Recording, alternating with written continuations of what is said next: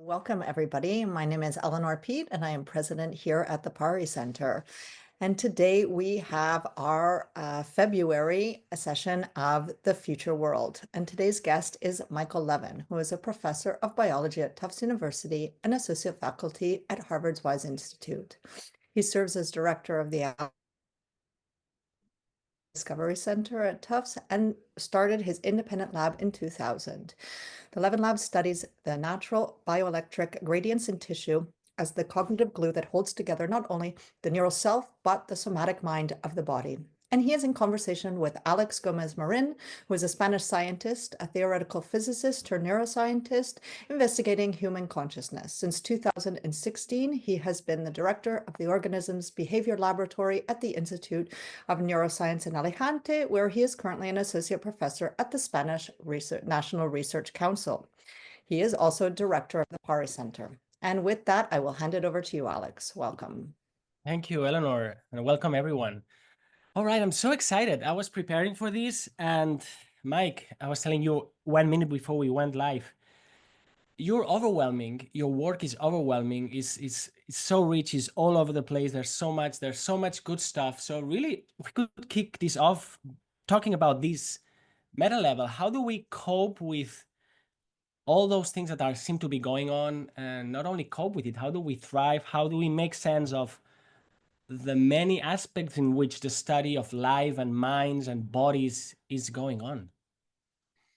Yeah, well, first of all, it's good to see you. Thanks for having me. I'm very happy to be here and to talk about these things with you. I guess the first thing I would say is just in terms of my stuff, just to be clear, it isn't just me. I work with some amazing people, and so we have all kinds of postdocs and staff scientists that do this work with me. So it's important that they get they get acknowledged. It's not just me, but. Yeah, it is incredibly overwhelming. I heard one of the students recently said, "Oh, we have a reading period," and it just blew my mind. Like, amazing! How much would I love a reading period if things would just calm down for a little while and I could catch up on some reading. Yeah, we are completely overwhelmed. I don't have any way of coping with it. The only thing I have is the attempt to try to focus. Right, so I try to focus on certain things. I know that I'm missing all kinds of other things, and all I'm going to try to do is to put forth the things that I think it's important for me to put forth. Other people will do other things, but there are some specific things that I think it's sort of on me to put out, and that's what I try to do. But for me, it's very much a strategy of focus on focus on the things that I can do, and not think so much about all the stuff that is slipping by. I don't know what else. There's also a thought around this idea that some of what we write, like who has time to read all this stuff? I certainly don't have time to read everybody's amazing paper. There's this huge stack, behind me, these of amazing papers that I haven't gotten to. And who's going to read, who's going to read ours? I think that some of what we write are not really for us. Some of it is for the future augmented, whether they be humans, cyborgs, AIs, whatever it's going to be. Eventually, they will have their own problems because they will also generate more stuff than even they can read. So this is not a fix by any means. But I'm not sure that what we are writing is just for people like us. Wow, that leads us into a tangent I wasn't expecting so early. So let's go for it. So are you writing for for the machines, for the algorithms, for future intelligences that are somehow being nurtured by us right now? Well, so we can get into what we mean by machines and all that kind of thing. But what I think is basically inescapable is that we are going to change. This is a fact of life for all of biology. It is certainly going to be a fact of life, I think, for us. If we survive the coming decades, I think that it is kind of crazy to expect that if we were to come back, hundreds of years later to the Earth and look at a mature human species, we would still find exactly the same creatures as we are now, right? Susceptible to the stupid bacteria and lower back pain and astigmatism and these limits of lifespan and IQ and all of this. I see no reason to think that this is in some way an optimum and that we're just going to stay this way forever. That seems completely unlikely to me. So one way or the other, through both biological and technological innovations, I think we are going to grow as a species. I think we're going to change. you know, I think in the future, looking back, the same way we hear, you know, when you were in school and you heard about the like ancient hominids and things like that and primitive man, and they would say, yeah, so you know, if you would step on a sharp stick and get an infection and then you would be dead, and you think, how could you know, how would people live like this? And I think this is how future generations will look at us. They will look at us and they will say, my God, these poor creatures, they had to live in whatever body they were randomly handed at birth, and you know, some stray cosmic ray hit the egg cell and now there's a birth defect and they just have to live like this. Ridiculous, right? And they had to eat other living beings and just in order to survive. I mean, that's crazy. And so I think we're going to change radically, and no doubt a huge part of that is going to be changes in intelligence, in cognition, all of those things. So yeah, it's not like I know exactly what it's going to be like, but when I write, I don't think that it's necessarily for the beings that we are now. I'm hopeful that we do survive and that there will be something better and you know, and more capable that's going to be interested in the things that we all do here. Are you suggesting some sort of transcendence, some sort of singularity, or it could simply be, well, simply quote unquote, improvements of our cognitive capacities? How do you imagine this future human? Yeah, well, so I think we would have to talk a little bit about what we mean by human, right? So what do we want when we say, what do we want these words to mean? So when we say human, you know, in the olden days, they were very interested in blood, so genetic lineage. So I'm not interested in genetic lineage. I'm not interested in terms of defining a human. I'm not interested in having a certain set of default organs, biological organs that we got handed by the, you know, trial and error process of evolution. I don't think any of those things are what we mean. I think what we should mean by human is a minimal size of a cognitive light cone of care and compassion, the ability to care about a certain size. We can get into this cognitive light cone idea, but it's basically the size of the biggest things you can care about, right? And so I think, and whatever the embodiment that underlies that, that's what we're looking for, right? And you know, I don't see it as a singularity, because I don't see it all. I mean, maybe in the very long term, but in the kind of a reasonable time frame that we can all a little bit think about, I don't see this all merging into some sort of one singular thing that we all lose our identity. I don't really see that in the short term. I don't see that. But what I do see is massive plasticity and flexibility in our embodiments.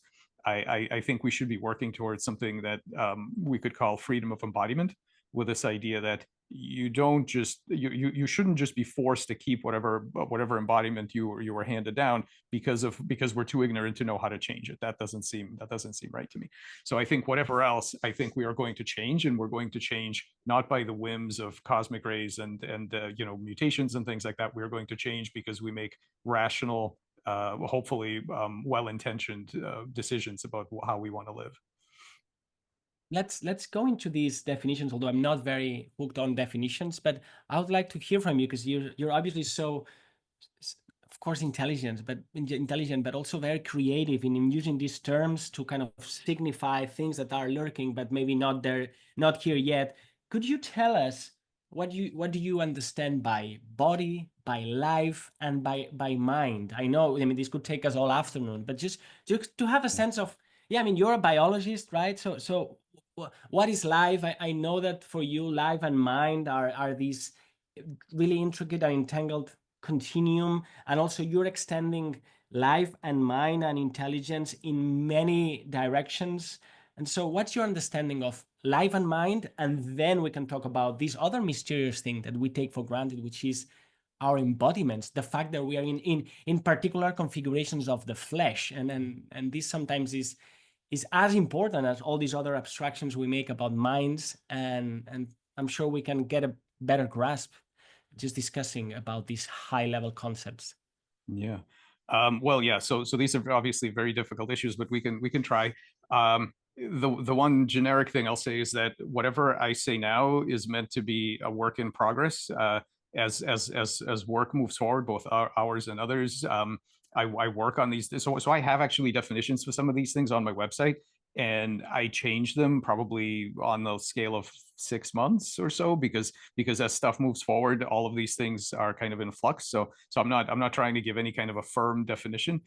The other thing is that I really believe that the utility of any of these terms is around operational protocols. In other words, what do we want these terms to do for us? So when people say this is alive, this is intelligent, this is this has a body, and so on, to me the only real question is, so what does that word do for you? In other words, does it help you know what kind of tools to apply, which is what I think terminology is supposed to be for. Let me pause you there, and it's unfair because I throw you 7 impossible questions, and now let's step back. What is it that you want to know? What is it that you want to solve? You know, what are you going after in your research? Because I think naturally from there, all these things will unfold immediately.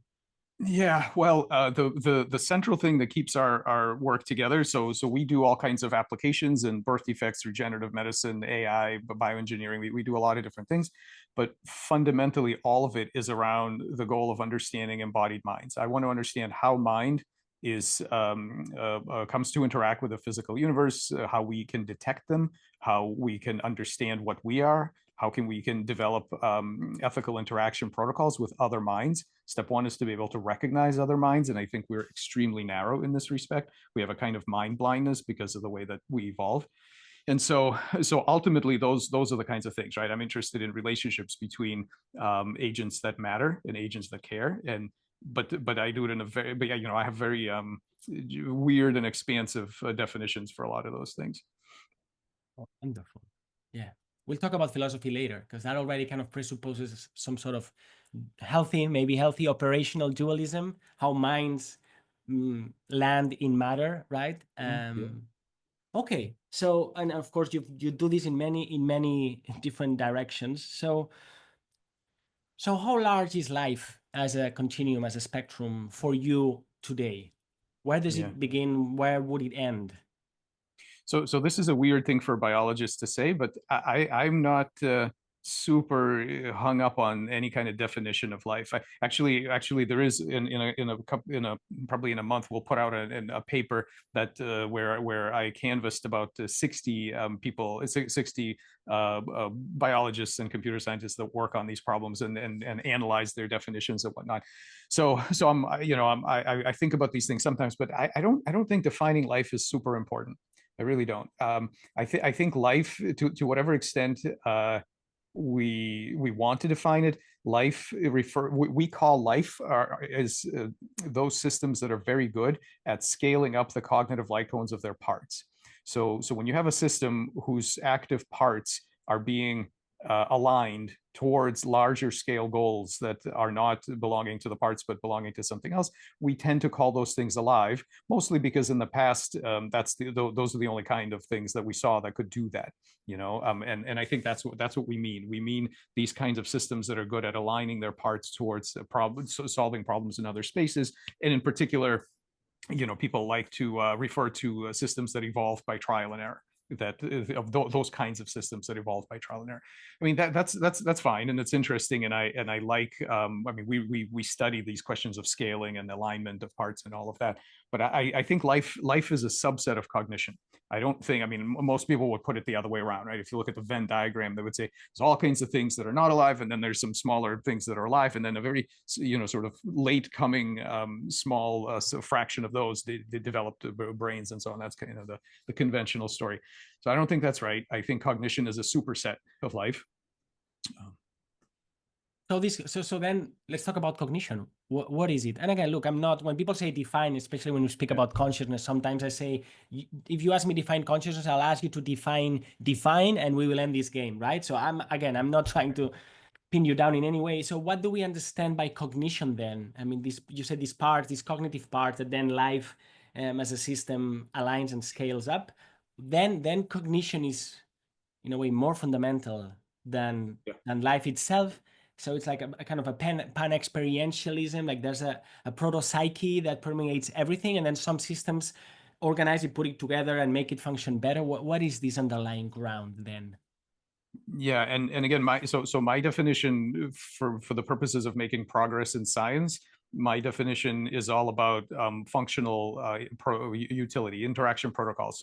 So you call things cognitive to the extent that you can deploy the kinds of tools that we normally use to study cognitive systems. So for example, things around learning, things around preferences, things around, in particular, for what we're interested in is the ability to interpret your own memories. And we can talk about that. I think that's actually really critical for both life and cognition. The ability to navigate a problem space in creative ways to solve problems. In some cases, even better, to find new problems to solve. And all of those things are, to me, are also observer relative. So multiple observers can look at the same system and coarse grain it in different ways, pay attention to different things, and see very different views of what's cognitive and what's not. And I can give you some examples of how we've done that.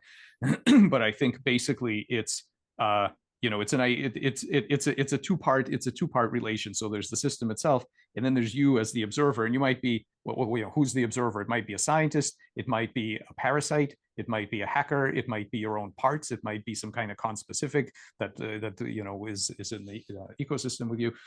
It's any system that is paying attention to you and trying to understand how much autonomy and agency can I expect. What are your goals? What problems are you able to solve? In what problem space? What size is your cognitive light cone? What are the things that stress you out? What are the things that you try to manage as within that cognitive light cone?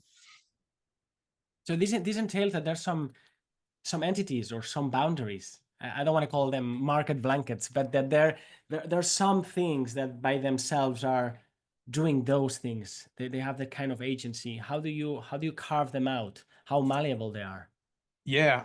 So when you say carve out, do you mean how do agents set their own boundaries, or do you mean trying to make some kind of a distinction between, let's say, passive matter and then active agents or something like that? Yeah, actually more the second one, because I wanted to then talk about, well, then what's matter, to then go and discuss what's a body and what kind of matter is a body. But before that, since we're talking about life and then cognition and then these cognitive systems, we talk in plural about them so far, right? Like there are these kind of interconnected islands, and so how do we know what they are as opposed to what they're not when we're speaking about perhaps pure matter, if that makes sense?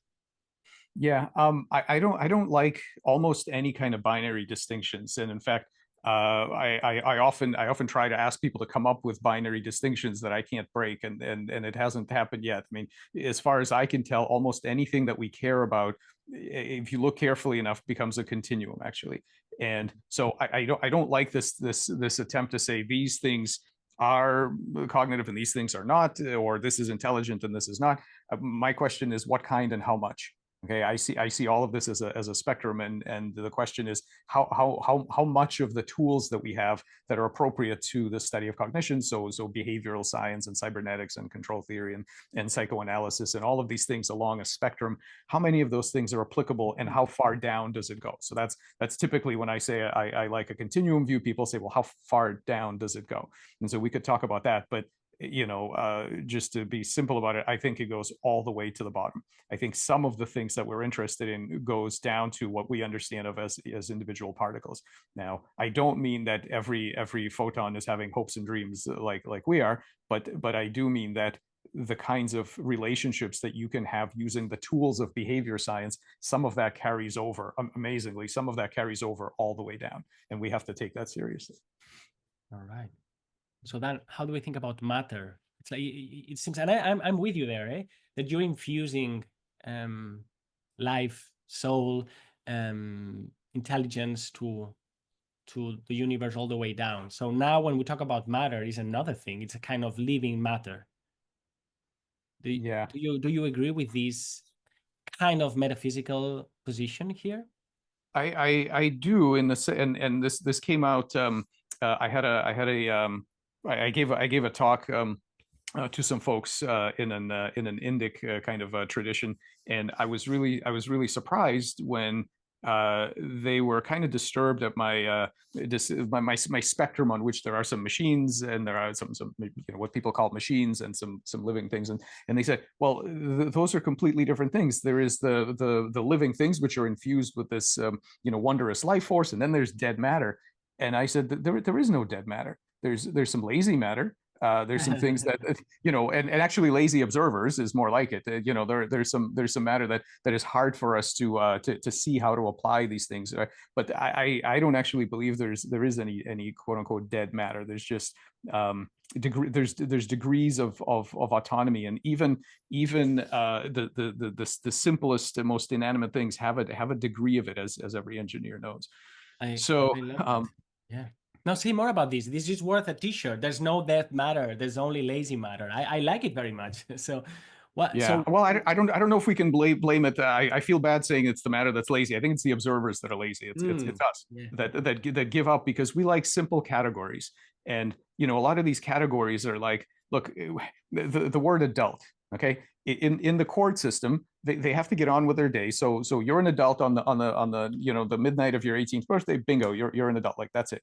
And we do that, and we all know we do that for expediency, and we do that because it lubricates certain interactions. But nothing happens on your 18th birthday. And if you're really interested in what adulthood is, what you're interested in is a story of transformation and personal responsibility and all of this crazy stuff that you couldn't, if you get into it, then you'll never do anything in the court system. So you really, right, the question, like, we have to understand some of these categories are just, it's like the word neuron. If you're doing anatomy 101, then of course we all need to very quickly agree on what a neuron is, and then you can just do it, and then that's that. But I've certainly been to conferences where somebody says the neuron, whatever, and I say, excuse me, what's a neuron? They say, come on, a neuron. I said, no, really, what's a neuron? They say, fine, and they write down, here are 4 things that neurons do. I said, well, every cell in the body does this, and then we can have a really interesting discussion about what actually is a neuron. But right, so some of this terminology that we use is just for expediency, and we can't let the categories sort of make us complacent that we actually know what the distinction is. Yeah, and I'm not seeking for that. It's just so interesting tip-topping on these concepts here with you. I think this helps me, and I hope the rest have a sense of your worldview, because you're clearly looking at things from a different point of view, and it's quite fascinating. And I think we can see this now better. Now, life, cognition, matter, body. What is this miracle, if I may, that we call a body? What are bodies? What? It's pretty spectacular. By the way, when I critique materialists, then I pause and say, well, maybe matter is underrated, because there's this thing called the flesh, where the mysteries of the universe take place. So what's a body then, Mike? Yeah. One, just if you don't mind, one quick thing I wanted to say about the previous. I just want to give people one quick example of what I mean by these things, because it might sound like I'm being poetic in saying that these very simple minimal systems could have the properties that we associate with intelligent agents and so on. And I just want to be clear that this is not meant to be poetry. This is meant to be laboratory science that advances biomedicine. So I'll give you a very specific example. Imagine what they call a gene regulatory network or a chemical pathway. So all it is a bunch of a small, it can be a small number of things. Let's say 10, right? You got 10 genes that turn each other on and off. That's it. Just that. Those are described by a set of ordinary differential equations, which tell you how each one turns the other one off. They're deterministic. They're extremely minimal. There's nothing else there. There is no magic that you can look for. There's just 10 things that turn each other on and off according to mathematical rules. People have been looking at these things for many decades. The traditional way to study them is through dynamical systems theory, and these things control all aspects of health, disease, just a million things in medicine. So if that's your viewpoint, in order to change the way these things behave for some biomedical application, let's say, your only avenue is physical rewiring. It's genomic editing, engineering the promoters. What you're going to do is change the number of nodes. You will introduce new genes. You will delete old genes. You will you'll make the way you'll change physically the hardware, and that in fact is what lots of people do. So we looked at this thing and we said, okay, it looks very mechanical, very stupid. Everybody who looks at it says, well, this is, we can see there's no there's no mind here. Okay, so we said, well, instead of assuming it, let's do an experiment. What we will do is we will take one node and we will call that the response node, meaning we're just going to watch what it does. We're going to take some other node and we're going to call it the unconditioned stimulus, meaning that when you upregulate that node, the response goes off. Okay, so think of Pavlov's dog experiment. So the response is the salivation. That's what you're looking for. The unconditioned stimulus is the meat. Every time the dog sees the meat, he salivates. Now you want an unconditioned stimulus. That's some kind of non-specific thing that the dog doesn't care about. So you pick another node in that network that normally doesn't do anything to the response. And now we do Pavlov's experiment. We simultaneously stimulate the one that matters and the one that doesn't matter. And guess what happens? Within having seen those things paired, the network begins to respond in the same way to the thing that actually originally didn't matter at all, because you've done Pavlovian conditioning. So we've studied this thing. It turns out that these gene regulatory networks can do 6 different kinds of learning. We found habituation. We found sensitization. We found associative conditioning, so Pavlovian learning. We found, they can count up to small numbers and so on. There's 6 different things they can do. Nobody knew that they were capable of doing that until they tried the experiment. So my claims are very simple. You can't, from a philosophical armchair, certainly we can't, because our intuitions are terrible on these things. We cannot assume what is going to be have some degree of intelligence and what's not. And it's lurking in very unexpected, extremely minimal places. So we have to have a lot of humility when we look at things and say, well, this definitely doesn't do X, Y, Z. So that's just an example. And the reason that's important is once you know this, again, not poetry, but biomedical research, because once you know this, you can do interesting things like drug conditioning, right? And so, for example, if you have a drug that it does something you want, but you can't use it in patients because, let's say, it's too strong or it has other side effects, you might be able to condition that to a harmless thing, so a molecular placebo, as it were. And it's not a placebo that is convincing the patient; it's convincing the molecular networks within the cells. But it works exactly the same way. It's it's this kind of. So anyway, so I just wanted to have a simple example so that people understand that I'm not just making up new metaphors for no reason. Like, these things are meant to move forward, move the science forward.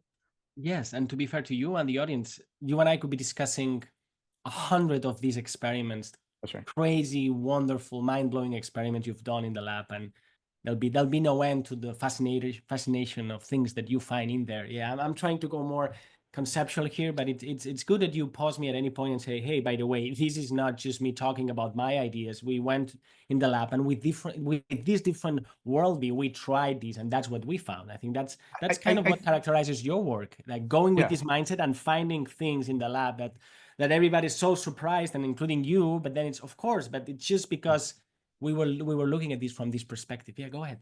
I think that's really important, because you could go wrong in 2 directions here, right? There are some people who say, well, your view, you might as well say that the weather is conscious. I'm like, well, have you tried training a weather system? Because I don't know. Right? You can't just decide that it isn't, because until you've done an experiment to see what it's actually capable of, you do not know. You can't just make this up.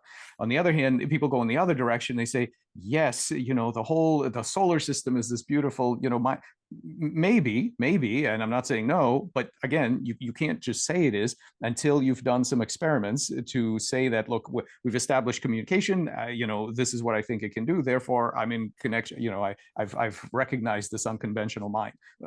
Great, but to me, it's really critical that we don't just do this from an armchair. We have to do experiments.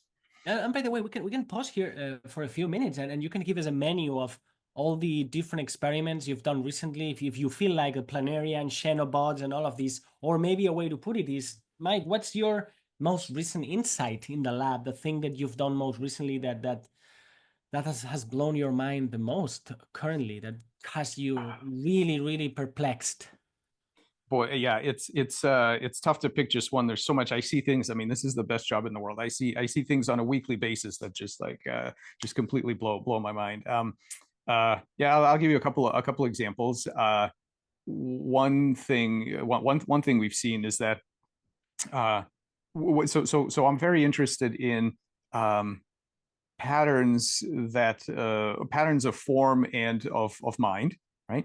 And in particular, I'm interested in the origin of these patterns. And the thing with natural creatures is that everybody thinks they know the answer to where these patterns come from. They come from selection. So eons of evolution, you know, the frog does whatever the frog does because it's been selected to do it, right? And so that kind of lets us off the hook in some way. I mean, obviously we want to understand the evolutionary path and all of that, but it sounds like there's really not a mystery anymore about where these things come from.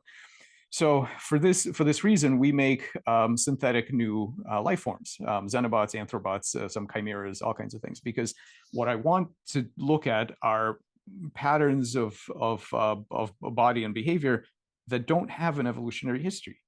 And in particular, so we have these things we call xenobots, which are frog skin cells taken off of an early frog embryo, the prospective skin cells taken off of an early frog embryo. We don't manipulate the genome. We don't add any new molecular circuits. We don't add synthetic biology. I mean, you can, and we will at some point. But for now, all I'm interested in is what they naturally do. So they naturally self-assemble into this really interesting little creature we call a xenobot, which has some fascinating behaviors that we've characterized in the past. Including they can make copies of themselves in a really weird way by taking, if you give them loose cells, they will gather the cells into little balls, and the little balls mature to be the next generation of xenobots, and they go on to do the same thing. It's kinematic self-replication. As far as I know, no other creature on Earth does that. So they have this like emergent behavior. But one of the things that we looked at is we looked at their gene expression, and we simply asked, do they drive any new genes that normal tadpole differently than normal embryos, frog embryos drive? We found hundreds. In the case of the xenobot, we found hundreds. In the case of the anthrobot, we found thousands. In fact, about 9,000. So about half the genome. And among those, so looking at these genes that they turn on, I mean, there's some fascinating stuff. But among them was a cluster related to hearing. And we thought that was that's kind of weird. I wonder what that could be for. And we're now doing experiments where we're actually producing auditory stimuli under the dish and observing ways in which we can actually communicate with them using sound, which is something that the normal embryos actually don't do. This is a completely new thing. So trying to understand how do beings that have come into the world in a completely novel configuration. I mean, the cells obviously have been here before for millions of years, but the xenobot in itself has never been here. There's never been selection to be a good xenobot. That stuff didn't exist. So the creative problem solving, right? You are a brand new creature. You don't have a background, a long history to lean on of froggy ancestors, but you do have some materials that your genome has given you. So the hardware, you have that. And so now there's this process of creative problem solving. And there are many other examples I could give you. It's just amazing in the way that living cells and organisms, and I think eventually engineered systems too, are able to creatively make sense of of themselves and their new world. Right, and they I think in the end we're going to find out that they're using the genomic information as affordances to sort of pick and choose things that they would like to deploy in their new lifestyle. So just those kinds of things, looking at the way that these systems deal with novelty, changes in your own parts, changes in your environment, changes in your configuration, how they do that. Because if we understand how they do that, that's a path to some amazing biomedical applications, because most of these things we do not know how to do. We don't know how to solve these problems. Do you want to share any other related or unrelated insight you've had about other systems? Because there's a lot you're doing. Yeah, well, yes, there's tons of stuff. I mean, we've seen, for example, in the case of the anthrobots, which are made from human tracheal, adult human tracheal epithelia. The amazing thing about those that we discovered is that they can actually heal other tissues. So if you plate a dish of human neurons and you put a big scratch through it, right, like a wound assay, and then you put some anthrobots on there, they sort of swim around, they land in the scratch. And then over the next 4 days, what they're doing is knitting the sides of the wound together. And like, who would have known that your tracheal cells that sit there quietly, just dealing with the mucus and whatnot, that if you just give them the opportunity to reboot their life, they turn into this autonomously moving little organism, which looks nothing like any stage of human development. And one of the things they do, and this is just the first thing we checked. Okay, so they probably do 1,000 other things that we don't even know about. That's just the first thing we looked at. It turns out they can heal other tissues. So again, this question of where does their shape and behavior come from, because it isn't the target of selection, and what are their capabilities, right? And then there's some mundane things like these are potentially personalized, a patient-specific biobots that can heal you inside the body. You won't need immune suppression because they're your own cells. There's no weird nanomaterials there. There are no transgenic anything there. They're your own cells that already know about health and disease and inflammation and everything else. But again, I'm just really interested in the plasticity, right? Like if you look at that thing and you try to guess what it is, sometimes I give a talk and I show the Anthrobot and I say, what do you think this is? And people might say, well, looks like something you got from the bottom of a pond somewhere. It looks like a primitive organism. And they say, well, based on that, what do you think the genome looks like? Well, you could make some guesses and you'd be completely wrong because the genome is 100% Homo sapiens. And so now we know, looking at the genome, yes, there's the default that we normally see, but there's all these other capabilities because it is not a fixed, evolution doesn't make fixed solutions to fixed problems. It makes problem-solving agents. Where's this energy? Where's this intelligence then? Where is it coming from? Where is it? I don't like the word encoded.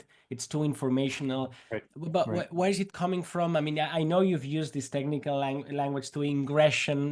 There may be some sort of Platonic forms, and then they ingress into the world. Where is it to be found? Yeah, well, there's two components here. One component is what is the mechanism of the problem solving, and so we've been studying that, and some of those mechanisms are really very very minimal and subtle. And this isn't our work. This is somebody else's work that was published recently, where you have a maze and you have cells that are navigating the maze. And what you notice is that they don't get stuck in cul-de-sacs. If they get into a dead end, they'll come out. You say, well, how does that work? So it turns out that what they do is they secrete a chemical that is self-repelling. They just secrete a chemical that they don't like. So you get trapped in a dead end. Eventually, you secrete a bunch of chemical you don't like, and whoop, that chases you out. Now, once people see this, they say, oh, but that's just physics. Well, right, of course it's physics. It will always be. If you zoom in to the molecular level, all you're ever going to see is physics.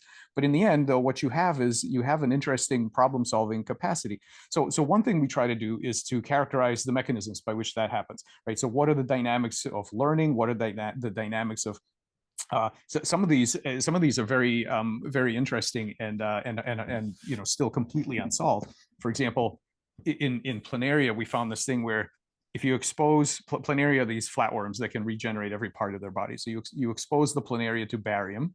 Barium is a non-specific ion channel of a potassium channel blocker. It basically causes their heads to explode over the next 24 hours. Their heads just blow up.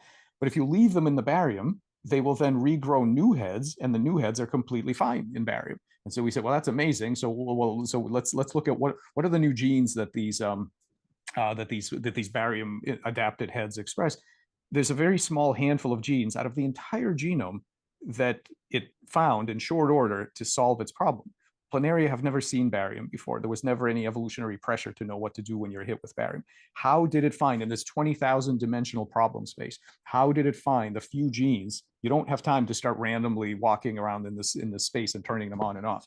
How does that work, right? So some of it is that using tools of computer science, using tools of cybernetics to try to understand how the problem solving works. But as you point out, the stuff that I've been talking about most recently has to do with patterns that are not physical at all. And so if you want to get into that, we can kind of talk about this model of this Platonic space, because I think it relates to this other question, which I'm sorry, I realize I never answered, which was about bodies, because I think bodies are fundamentally the useful way to look at bodies are as interfaces or pointers to sets of patterns in this Platonic space. The bodies are the things that allow observers like us to recognize specific patterns that have ingressed into the physical space. They're the front end, they're the interface that allows these things. But ultimately, I think a lot of this is not, does not have a physical origin. Let's go into this. This is really fascinating. And let me preface it by expressing it how I feel about this. Like all the things we could talk about that you've done and others they feel like you're mavericks in the lab. You're just doing this really cool experiments, finding mind-blowing stuff, and it's all great. But when we put this all together, is this really breaking the paradigm? Is this telling us something about biology or even physics that points to new directions? I mean, truly new science in that respect, let alone the many biomedical applications or tricks that one now can play on living systems. And I don't want to downplay this at all. This is just fantastic. But what about these true frontiers of knowledge where we may have some sort of revolution, like when modern physics came along, something along those lines for biology? And I think that's precisely the terrain you were suggesting, discussing, like non-physical Platonic, body as interface. Like it's like crazy shit to the square power. It's like, okay, so what does all of this mean? Again, without just going into pure mere speculation, but abstract speculation is very important, and then we ground it back to the lab. So yes, please, let's step into these other territory of things that are even more incredible to even entertain. Yeah. So the reason, so I've been thinking about this stuff for a very long time, this Platonic space stuff, but the reason I've only recently started talking about it is that now we are finally to the point where I think it's become actionable. So there are lots of wild ideas, and people email me all day long. Why aren't you following this and this? And the ancient sages said this and that. I'm aware of those things, right? But there's a big difference between a deep insight that you can be aware of and one that you can do something with that advances, where other people can see what's going on, where it like advances science in some way. So there's tons of stuff that I basically never talk about because I don't know how to make it practical or useful or convincing.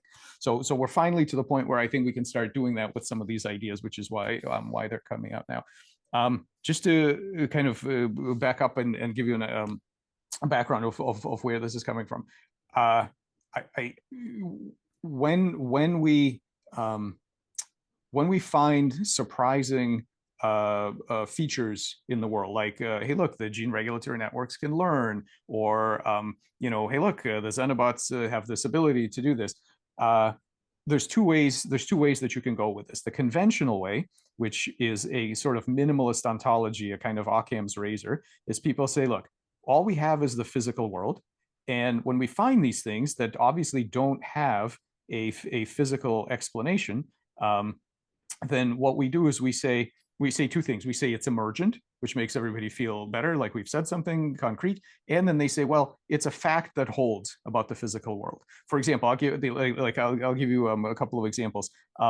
Things like Feigenbaum's constant. So Feigenbaum's constant is a very specific number, and it has to do with the way that simple recursive functions transition into chaos. Okay, and so the ratio between the different the regimes in which the function can work, it's Feigenbaum's number. Now the thing about Feigenbaum's number is that it doesn't rely on anything in physics. You could scramble all of the constants about the universe at the Big Bang. You could change anything you want around the physical constants and the laws of physics. You have no hope of changing Feigenbaum's number. Just it is what it is. And there's tons of stuff like that. There's truths of number theory and the distribution of primes and the four-color theorem and all of this stuff. It just is not dependent on any facts of physics. So the mathematicians, at least many of them, are totally cool with this. There's plenty of Platonic mathematicians who basically say, yeah, there's a set of structures that we are investigating. We are discovering them, not inventing them. They are out there for us to find and understand. And they're not determined by the laws of physics. So what we find, and biology, by the way, uses this like crazy. Evolution loves this stuff because it's a free lunch. Right? To give you a stupid example, if you've got a world in which a certain shaped triangle has the highest fitness, right? So you start the evolution and it cranks some number of generations and it finds the first angle, and it cranks a bunch more generations and finds the second angle. Now you have a miracle. Doesn't need to look for the third angle. You know what the third angle is. If you know two, you know the third. Why does evolution get to save 1/3 of its time? Like, where does that come from? Right? It's very practical. It's not, it's not just philosophy. Like it's very practical. So there's two ways to think about all this. One way is, if you want to be a minimalist about it, you say, okay, look, all we have is the physical world, but there are certain cool facts that hold, and that's it. And so the benefit of that view is that you get to be a minimalist about your ontology. The downside, though, is to me, this is a very depressing Mysterian view, because what it suggests is that every once in a while, we will find some stuff that holds. We will add it to our big book of amazing emergent surprises, and then we will wait until we get surprised some more. And that's it. There's no order between them. They're just, when we come across them, that emergence is basically surprise. We find them and that's it. So that's one way to look at it. That isn't how the mathematicians look at it. They think there's a map of mathematics. They tend to think that there's an orderly structure to these amazing facts that are not physical facts. And therefore, I like the other view, which is that we should be optimistic, as the project of science overall is optimistic, that the world is understandable, and we should commit to the idea that we can have a systematic investigation of that space, okay, of this Platonic space of forms. We should be able to systematically investigate it.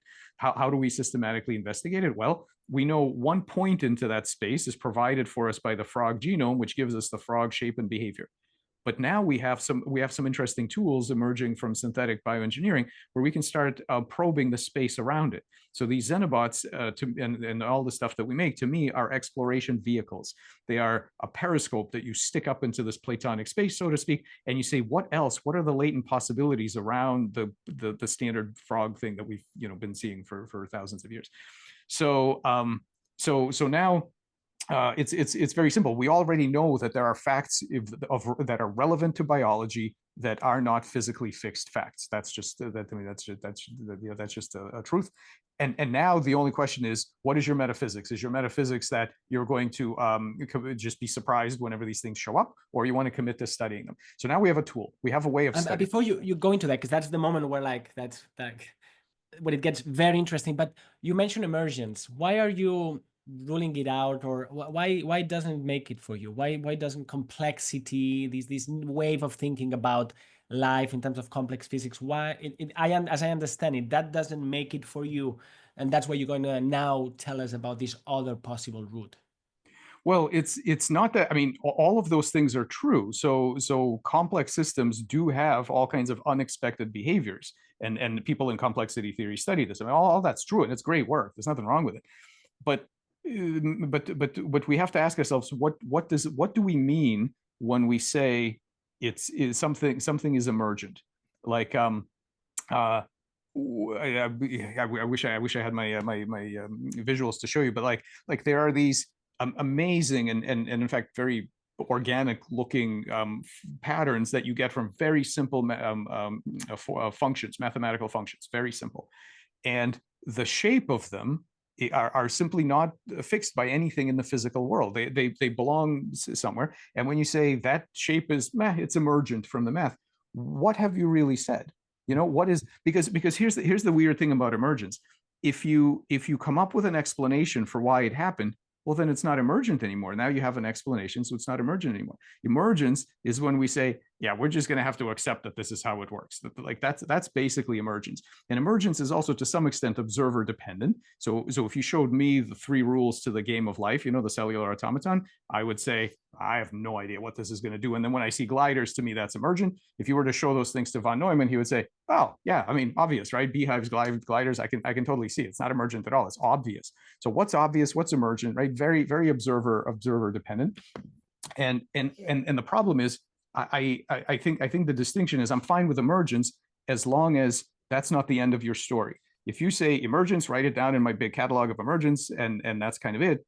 I don't like that as a metaphysical approach to science. I would like to say, well, how are we going to find the next amazing emergent thing? What is next to this one? You just found one. What's next to it? What does the space look like? And that means we have to start a systematic investigation of that space. We have to take that latent space seriously. So that's my point about emergence. And you went for a Platonic view, right?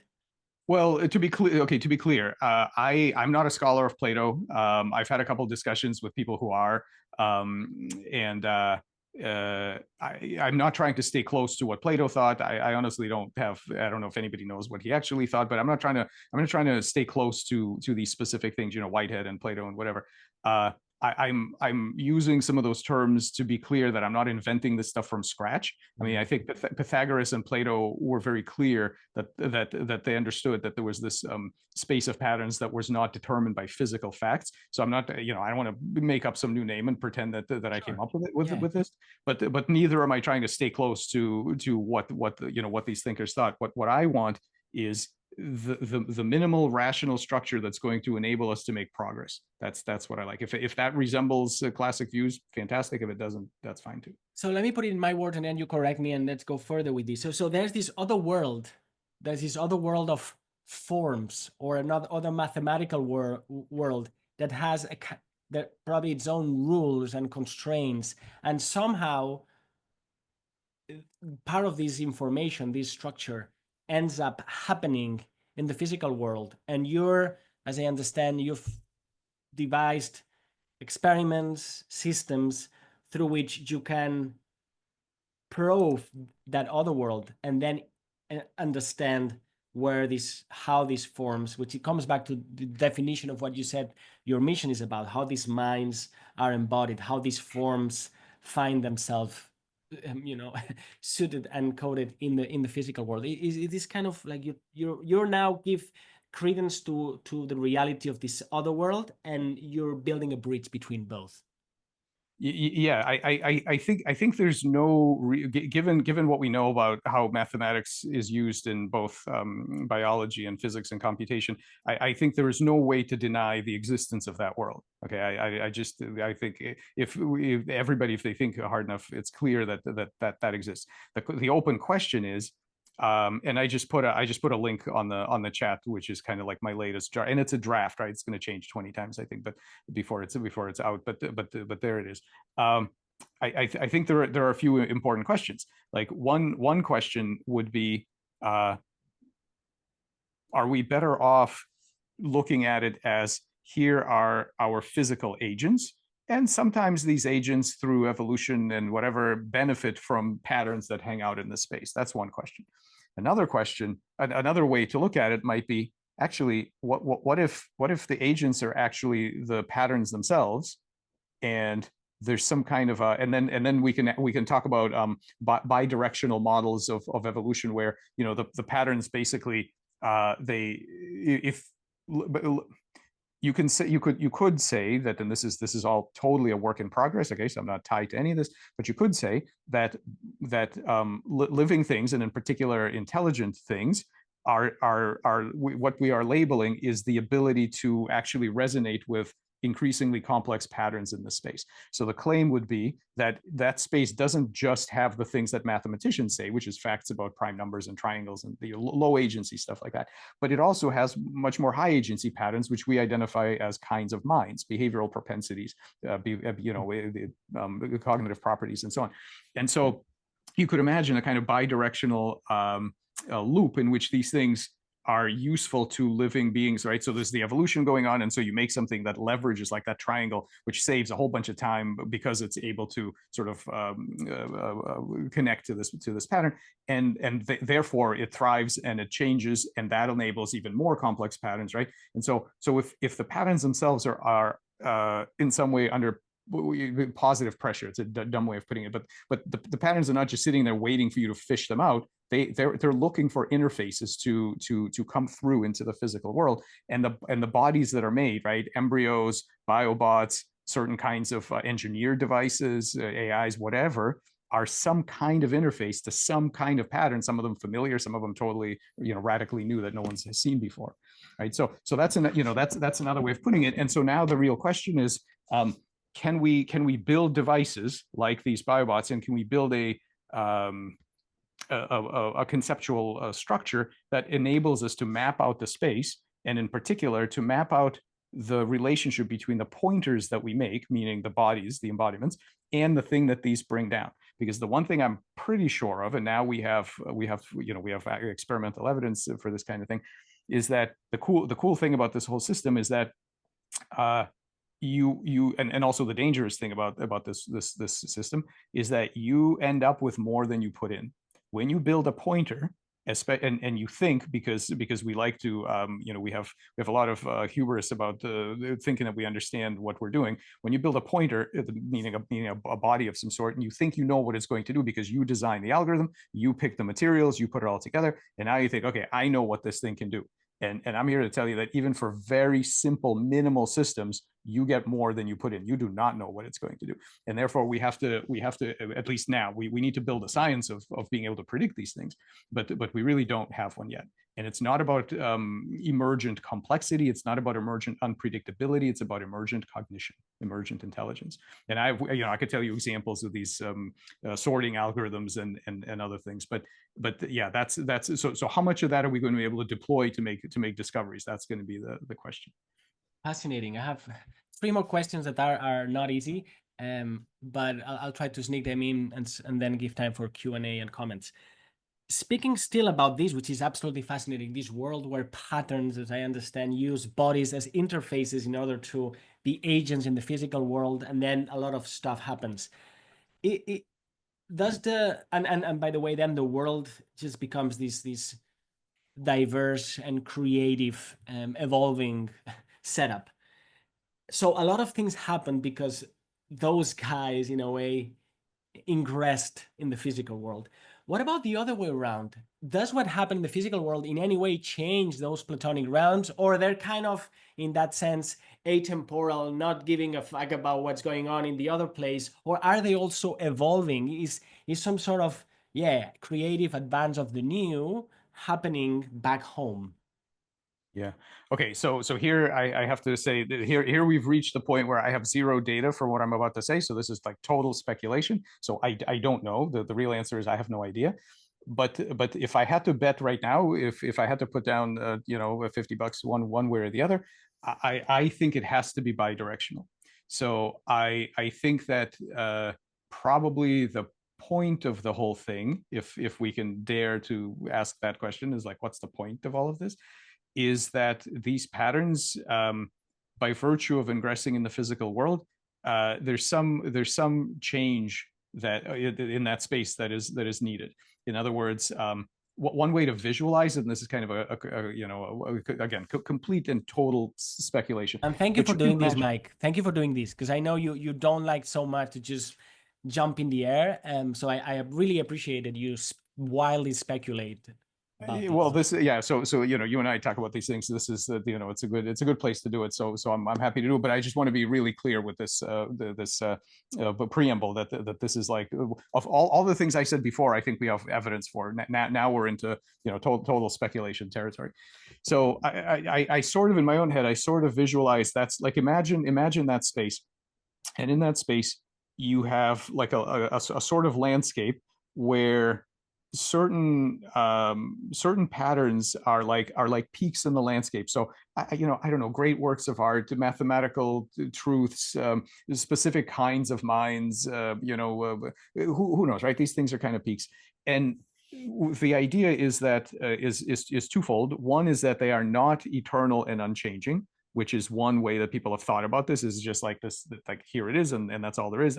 I'm not sure that's true, and there may be layers of it that are unchanging, maybe, but fundamentally, I don't think it's static, and I think that the point of this whole, that there's something that happens, there's something that has to happen about reconfiguring that landscape by virtue of connecting to the physical world. That's a suspicion.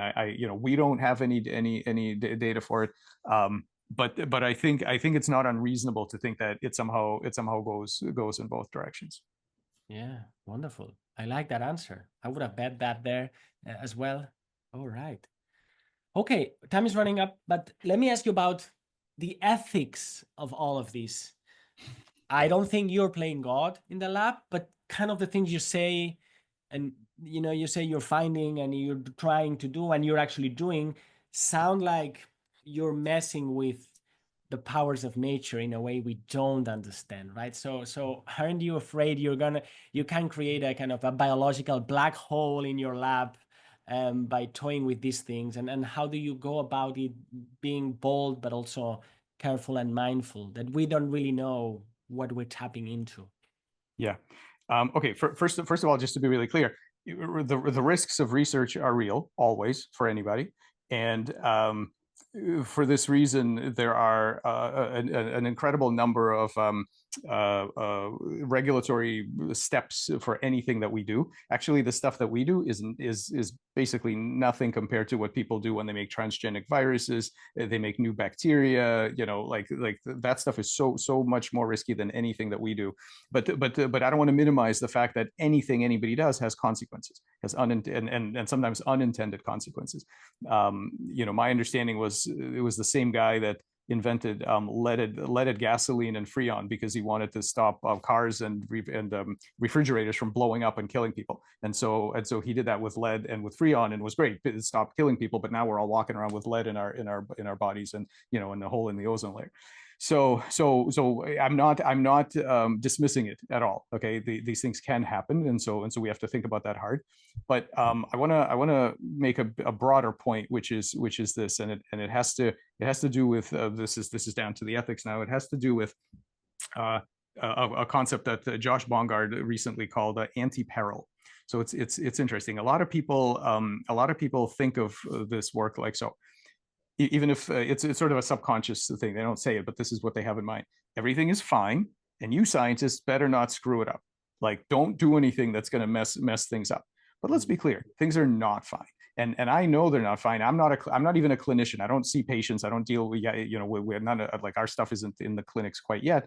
But I get probably 10 emails a day from people in the most incredible biomedical suffering. I mean, just these stories you can't even imagine. You know, my kid has a birth defect. You know, I got cancer. I lost a limb. Just like this incredible stuff.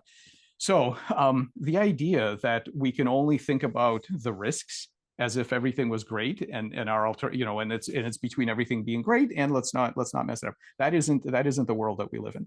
And I think that's one of the really sort of existential tragedies of the world, that no one can have their hand off of the trolley, you know, switch, in the sense of these trolley problems, right? No one, because if you say, I am not supporting biomedical research, I don't want to work with frogs and worms, that like I don't want to do this.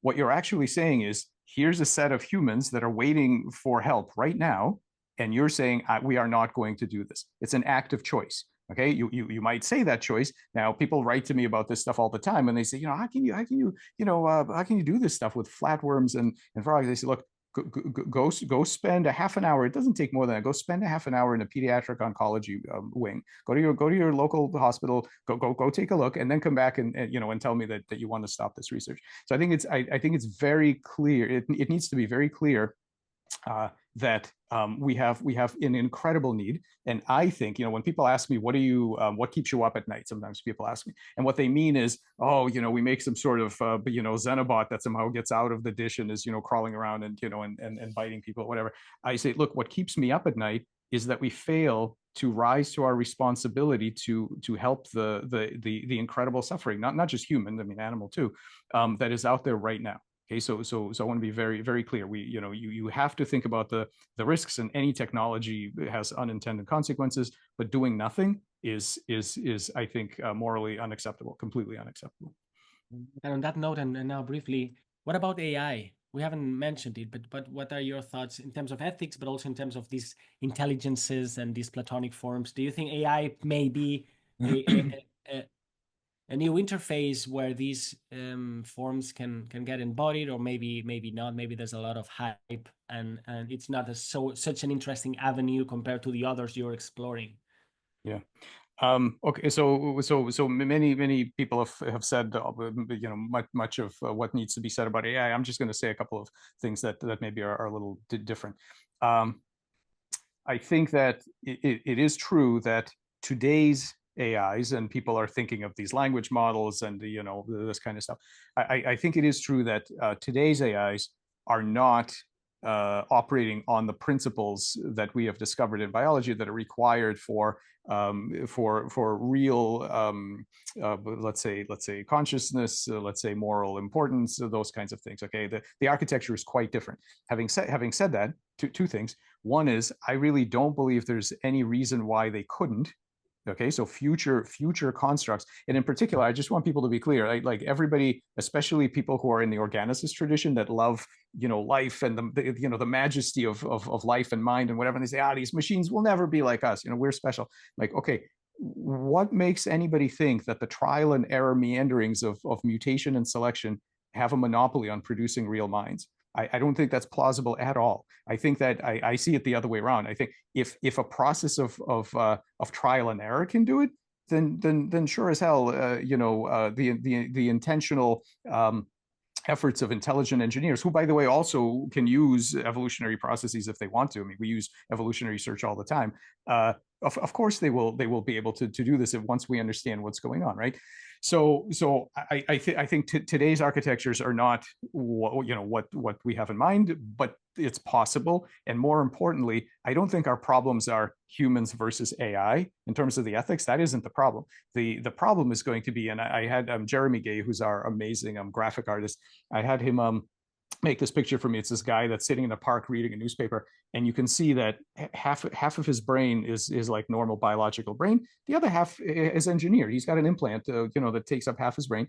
And there's a guy with one of those calipers that they used to use for phrenology, and he's sneaking up on him. He's trying to measure his head to see if he's like 51% human because he thinks it's really important to make a distinction between humans and machines, right? That is our issue. Okay, we are long before we're confronted with full-on AIs.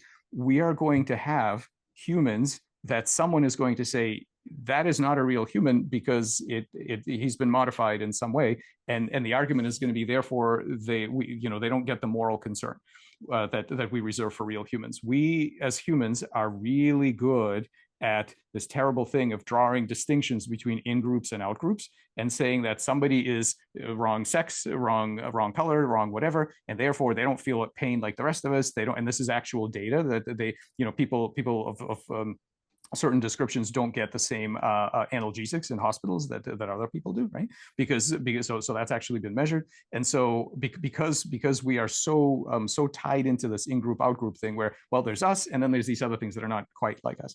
And so the final thing I'll say about the AI is this: even though today's architectures are not what we see in biology, I think we should be extremely careful, and we should have great caution about saying that because we see the materials and we see the algorithm, we know that they are not XYZ. We have seen these things emerge in extremely minimal systems. And when I've had discussions with people, as somebody said, well, I make these language models, I write the code, I know it's just linear algebra. It's just linear algebra. And remember, we are all just physics. Okay, we are all just chemistry, except we're not. And the same thing is that happens here. If you don't even understand what bubble sort can do, and we just published a paper showing that bubble sort has these unexpected protocognitive capacities. If you don't even know what bubble sort can do, you sure as heck don't know what these other systems are doing. And our limited understanding of embodiment, where we think it has to have a physical body driving around, like a robot, and these things are not embodied. Like that's all. I think that's all silly, and we should be extremely careful that when we build these things, we are, I think, absolutely pulling down some patterns from this space that maybe have never been embodied before, maybe nowhere in the universe, but probably nowhere on this planet for sure. So we're fishing in a pool here that has not been studied yet. And that's just, the only thing I'm sure about any of this is that we actually know very little. A lot of people are making very certain comments about these things, and mostly it's based on pretty much nothing. Wonderful. Thank you so much for this conversation, Mike. Let's open it up for Q&A for about 20 minutes. Great. Thank you so much, both of you. And if you'd like to jump in with a question, a specific question about this, and it seems like people have found the raise the hand function. It's near the reactions.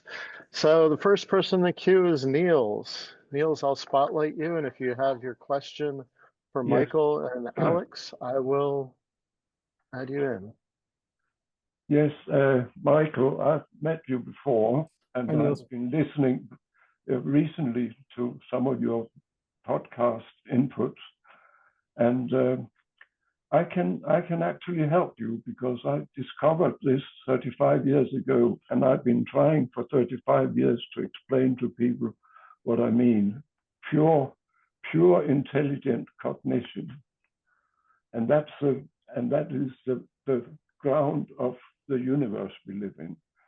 So I've come to the conclusion that its universe is a simulator of everything that goes on in the universe. It's such a big mind that holds everything, and I can actually demonstrate that with a simulation I did 35 years ago. I started a simulation that could do all these complex things, and it worked for a number of years while I was still working. And then there were people who got upset about this, that here came this person who could get these things to work in an amazing way, and they got angry with me. But I never put up any self-defense, because that would have been impossible. We would just have ended up in a big battle of arguments of this and that. And so I've been trying to contact you, but then I've looked at your site, and I found that if I write to you, you'll just whiff me off something that's because I'm not an expert, even if I have been creating software for complex systems for over 50 years. So well, let me just for me to respond to that, because I want everybody to understand. I don't ignore people because they are not an expert. What happens is I get somewhere in the neighborhood of 600 emails a day. Okay, yes. So I don't see most of them. The vast majority of them, I can't possibly, right? So yeah. So I have an admin person that looks at them. There's no possible way. You can't imagine the number of things that people are sending me, theories, books. Yeah. Take a quick look at this. It's an 800-page theory. Like I'm limited. So I apologize if I haven't seen your stuff, but it's not because I've decided not to look at it. No, but I've mentioned it before. It's funny that your surname is the same as someone who proposed. Niels, thank you very much.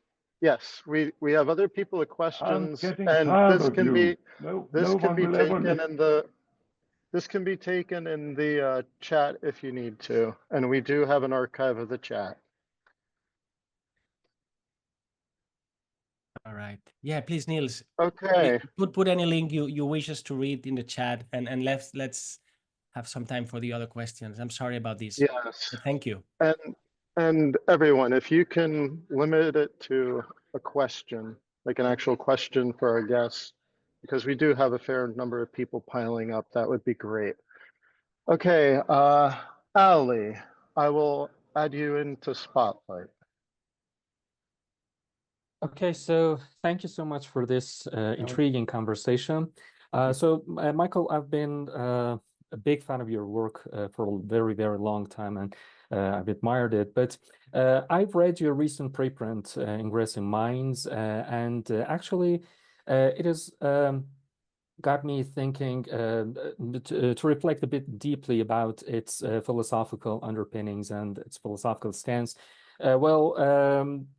While your insights are, as always, both nuanced and thought-provoking, I have some reservations about your sole reliance on Platonism as the inevitable philosophical stance for your research project, because you see, this is the kind of thing that some philosophers have thought for a very, very long time. And it seems to me that this approach, the Platonism, or at least the actual Platonism, would in fact exacerbate the explanatory gap rather than resolve it. And it may even lead to some conflicts. I'm actually writing a commentary for that preprint, and I intend to release it as a preprint and then submit it for publication. But I wonder if a shift towards an alternative paradigm, and by this I mostly mean kind of Bergsonian or Deleuzian framework, and in particular their notions of virtuality versus actuality might offer a more robust and comprehensive account, an even more viable account for your research program, because in that case, there wouldn't be any requirement to posit any non-physical metaphysics. You see, Deleuze actually provides probably the most realist account of these possibility spaces, at least as far as I know it. So what do you think about do you think Platonism is the only inevitable philosophical stance there? And what do you think? Thanks. Yeah, thank you so much. No, I don't think anything here is inevitable. Okay, we're fishing in very deep waters. I'm very happy to consider whatever you want to. I like both of those writers, so like I'm on board with whatever you write on that. I would like to see it, but I have one request, which is that what you need to include is how we use it to make the next discovery. This is what I need, because really the only thing that that I think is really critical about the view that I laid out is that it is not just saying certain inactualities can become real. There is the commitment is that there is a structured space that we can investigate, and here's how you do it. Okay, so that's what what I have in that preprint is a scientific roadmap. So if you can give me an alternative, not just a philosophical, but a practical scientific roadmap, by all means, I have no illusions that this is the last word in how this is supposed to be done. So let's do it. Come up with something else that we can use, and I'm there. Thank you so much, and that's my intent as well. Thank you. Sure, perfect. I'm looking forward. Thank you, Ali. That's a wonderful question, really. Let me just briefly say quickly that that's my particular taste, but I'm Bergsonian at heart, and also Alfred North Whitehead did it in his own way. And if only we could have a neuroscience or a biology or a physics that's Bergsonian in that sense, and that also incorporates the actual practical protocols that Mike is talking about. I think that's a very bright future, but it's really, really difficult. And I talk to Whiteheadians all over the place, Matt Siegel and so on. I've read everything from Bergson. Deleuze is more difficult for me. And I'm there, and it's like, yes, but then how do we bring this to the lab, man? Wow. I'm the same way. I mean, I've read all that stuff again. Deleuze maybe, but yeah, exactly what you just said. Like it's all great, but we've got to figure out how to take the next steps. Great. Thanks so much, Ali, Michael, and Alex. And Jun, if you'd like to jump in. Hi. Yeah. I will thanks, add Michael. you to the spotlight. You're welcome. Hey, June. Thanks, Alex, Michael, so much. I have a question, but I wanted to sort of make a suggestion. So William James wrote about Bergson with a G, and he was writing about Gustav Fechner. Okay, good. So Fechner with Weber, Weber-Fechner. So that was that sort of comment on what you both were just talking about.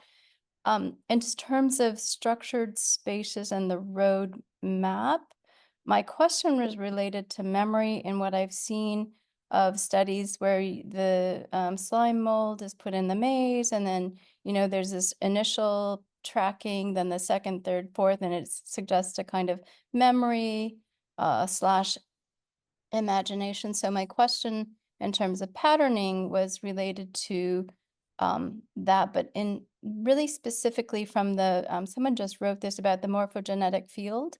So we think of the object going in the maze, so to speak, but what if the maze itself is also reciprocal and the field is also, okay, great. So that's kind of let me go back up to my question in the chats, but that was my question in terms of when you talk about structure mapping, especially from singularity, if you think about an omnidirectional, direct, spherical. So is the patterning so I apprehended and conceptualized something called circle consciousness, and it's spiral dynamic by biomorphic bioluminescence, particularly through the hyperbolic parabola, and then, you know, sort of Mobius stripping rather than, so my question is related to singularity, and then this container or context of the field of morphogenesis as it relates to the Platonic everything everywhere all at once, and then also the Z or 0 point or zero energy as a respiratory breathing bindi in the you know, bindi from the divine spark in the Vedantic tradition, and it also has an Egyptian tradition. So if I know that's a lot, but there's actually a really simple thread there too. Thanks. Yeah, thank you. Well, I'll say the last maybe half or a third of that I don't know enough about to really comment on that.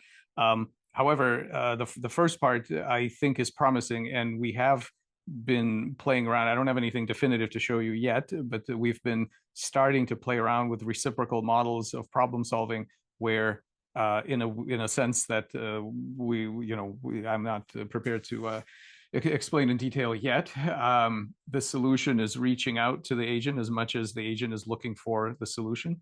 So that will take a lot of time to make that actual, but I think it's a promising direction to at least look at, and we're looking at it. So I have a friend that I'm working with. I'd like to connect you all, because the map that he's showing me is really dense, like a seed, but the way that it coheres, the way that it locks in together, there are laws and rules of those genomic to like biophysics to astrophysics through the metaphysics of like Sri Antri and Mandala. So if Àlex is comfortable connecting us, I think that the structural, it's not a map. This is, you know, it's, anyway, it would be fun to see if you guys would, you know, play nicely. I don't mean me, you, but like play fun, like it would be fun. Yeah, I understand. I know you'd play nicely. I'm happy to, but I'll just say the same thing I said before. I'm completely overwhelmed, and so there's only so much I can get to, but I'm happy to look at anything. Okay, great. Thanks so much, Jen. And Michael and Àlex. Carol, if you'd like to jump in. Thank you, Michael. You're welcome. Thank you. Michael, first, I really want to thank you for your moral compass. Oh, thank you. I'd just like to invite all of us to appreciate that you are guided by this incredibly beautiful, caring, sacred moral compass. Thank you. I can't imagine anything more important in your work, and your work fascinates me, amazes me. I heard you speak at the California Institute of Integral Studies McGill-Christ conference, and one of the aspects I was hoping you'd talk about more about today is that cells can know they're part of a larger self. I'm just over a little more than a week off from presenting my dissertation defense, and part of it is about self-organizing energies of nature. So I'm wondering if you're aware of the work of former Harvard medical biologist Alexei Kurakin and his softnet theory, self-organizing fractal theory. Basically, it's whenever there's an influx of energy in non-equilibrium or far from equilibrium dynamics, nature at all levels of scale self-organizes. And that intersection of that concept with your work would be just a mind-blowing connection, just really expand what you're dealing with when you say we don't yet know what things are capable of. That's part of the element, is that inflow of energy and the tendency of everything to know that, to be able to self-organize with your already the awareness you already have of cells knowing that they're part of a larger self. That said, I just want to mention, I want to broaden it. Àlex, I'm hoping this is okay, beyond just the pure scientific. I don't know if Pari Center allows this, but surely, before you go on, surely it does. You just need to be brief, because there are two more people, but surely it allows any thought or comment you have. Oh, try to be as brief as I can. So I'm trying to build the bridge between the Platonic realm and matter through subtle energies of consciousness, basically Kashmir Shaivism, Shiva and Shakti, consciousness and subtle energy. And when you talk about bioelectric signals, I'm hearing that that's the interface of the subtle energies of consciousness happening in cells. And just a little challenging question, have you ever thought about inviting a mystic healer into your lab to help see if that kind of level of connection can be studied and make a difference? Thank you. Thank you for all that. I guess I'll just answer the last one. Yes. Have I thought of it? Yes. Have I figured out how exactly that's going to help advance us to our goals? I have not found a good path. So what you have to think through is look, there are plenty of people who are studying unconventional modes of healing, remote interaction. Plenty of people have studied it. Plenty of people have published positive effects. The question is, what do you do after that? Because right, and how do you move that forward? My goal is ultimately I want something that works as reliably as your toaster. That's what we need to get to. It isn't enough that somebody somewhere got some sort of miraculous healing. It needs to just work. It needs to work for everybody, and it needs to work reliably. And these kind of what they call superstar subjects experiments, I'm not sure there's a direct path to that. Maybe, but that's not, I haven't figured out how to do that. Great. Thank you, Carol. Thank you, Michael. We do have 2 more questions in the queue, and we need to keep them brief. Veronica, if you could jump in with a question, and I'll spotlight you.